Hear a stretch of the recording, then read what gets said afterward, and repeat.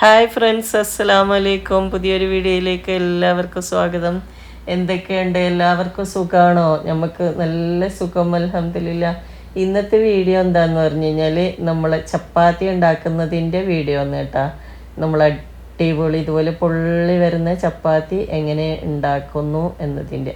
അപ്പോൾ നമ്മൾ സാധാരണ ഉണ്ടാക്കുന്നത് പോലെ തന്നെ, എന്നാലും നമ്മൾ ഉണ്ടാക്കുമ്പോൾ ചെറിയൊരു മാറ്റം വരുത്തിയാൽ മതി. അപ്പം പിന്നെ നമുക്ക് എങ്ങനെ ഉണ്ടാക്കാൻ നോക്കാം. അതിനു മുമ്പ് നിങ്ങൾ ഇതുവരെ എൻ്റെ ചാനൽ സബ്സ്ക്രൈബ് ചെയ്തിട്ടില്ലെങ്കിൽ ഒന്ന് സബ്സ്ക്രൈബ് ചെയ്യണം.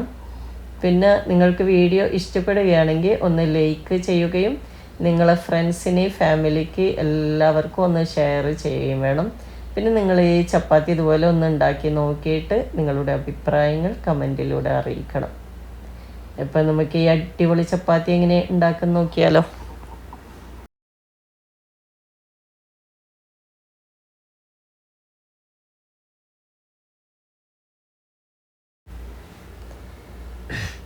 ഞാനിവിടെ ഫസ്റ്റ് 2 കപ്പ് ഗോതമ്പ് പൊടി എടുത്തിട്ടുണ്ട്.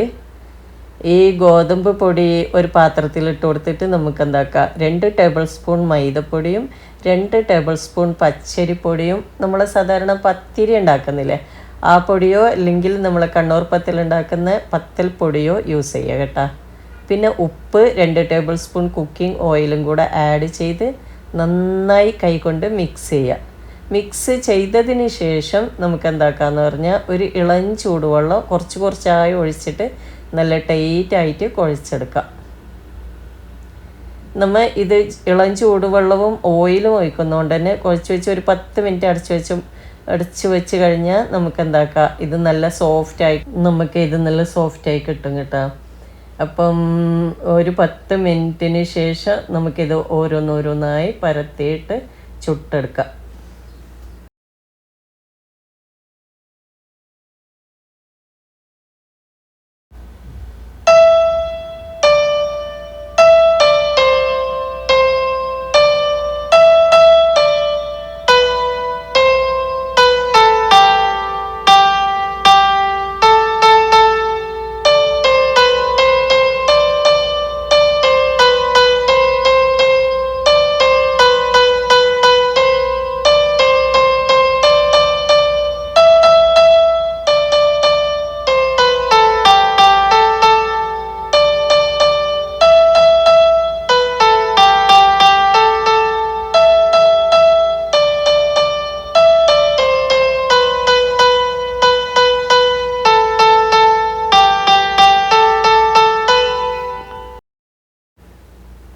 ചുടുമ്പോൾ എന്താ ശ്രദ്ധിക്കേണ്ടതെന്ന് പറഞ്ഞു കഴിഞ്ഞാൽ, നമ്മളെ ഈ ചപ്പാത്തിക്കല്ല് നന്നായി ചൂടായതിന് ശേഷം നമ്മൾ പരത്തിയ ചപ്പാത്തി ഇല്ലേ അത് ഇട്ട് കൊടുക്കുമ്പോൾ ലോ ഫ്ലെയിമിലാക്കുക. ചൂടായതിന് ശേഷം ലോ ഫ്ലെയിമിലാക്കിയിട്ട് ഇട്ട ഉടനെ ഒന്ന് ജസ്റ്റ് ചൂടായാൽ, നമ്മളെ ചപ്പാത്തി ഒന്ന് ജസ്റ്റ് ചൂടായാൽ മറിച്ചിട്ട് കൊടുക്കുക.